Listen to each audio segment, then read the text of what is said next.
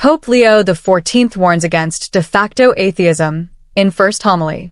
In his powerful first homily as the new head of the Catholic Church, Pope Leo XIV, formerly Cardinal Robert Francis Prevost of the U.S., warned the world about the silent rise of de facto atheism.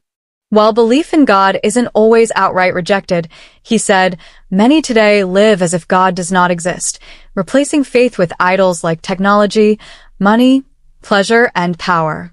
The Pope called this spiritual drift dangerous, leading to moral confusion, loss of human dignity, and family breakdowns. He reminded the Church that its true strength lies not in its buildings or influence, but in the holiness of its people. Now leading over 1.3 billion Catholics, Pope Leo XIV promises a papacy rooted in both humility and truth, confronting a secular world with courage, compassion, and clarity. In his inaugural Mass as the newly elected head of the Roman Catholic Church, Pope Leo XIV delivered a poignant message addressing the growing secularization of society.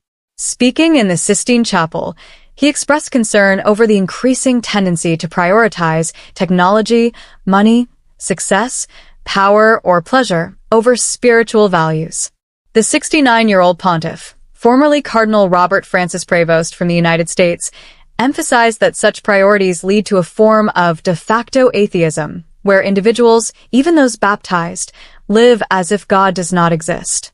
He lamented that faith is often viewed as absurd or reserved for the weak and less intelligent, resulting in believers being mocked, opposed, despised, or at best tolerated and pitted. Pope Leo XIV highlighted the consequences of this shift, noting that the loss of faith can lead to a loss of life's meaning, forgotten mercy, violated human dignity, and familial crises. He called upon the Church to be a beacon of light in these dark nights of this world, urging that it be judged by the holiness of its members rather than the grandeur of its buildings. As the first North American to ascend to the papacy, Pope Leo XIV election has been met with global interest. His background includes significant time spent in Peru, reflecting a deep connection to Latin America. Multilingual, he addressed the cardinals in both English and Italian during the service, with Bible readings in English and Spanish.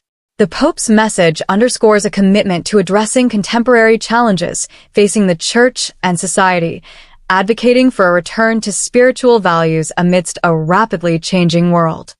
Subscribe for more updates from Trend Update 360.